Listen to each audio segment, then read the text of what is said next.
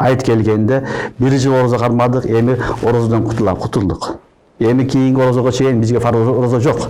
Бул ифтар уйку борон. Бул чоң ифтар. Ошон үчүн эндал ифтар деген сөздөн билинет, далалатан нас менен билинет. Адам баласы кандай экен? Айт күнү дагы аябай курсан боло турган күн болот. Ал Аллах Таалага эмне деп курсан болобуз? Жеп ичкенибизге эмес. Алла, мага жашоо бердиң.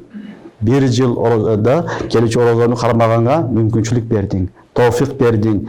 Жакшы амалдарга товфик бердиң. Ушуларны кабыл кыла көр.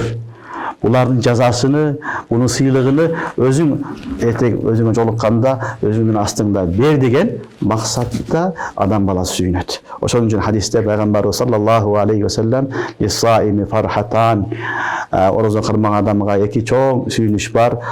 Некен биринчиси энди ифтар орозо жаткан учурунда, экинчиси Аллах субхана ва таалага жолуккан учурда деди. Демек айт күнү дагы курсан боло турган күн. Айтта биз биринчи шүгүр кылабыз Аллага. Алла Таала мүмкүнчүлүк берип, өлбөстөн ден соолугубуз менен орозо кармап алдык.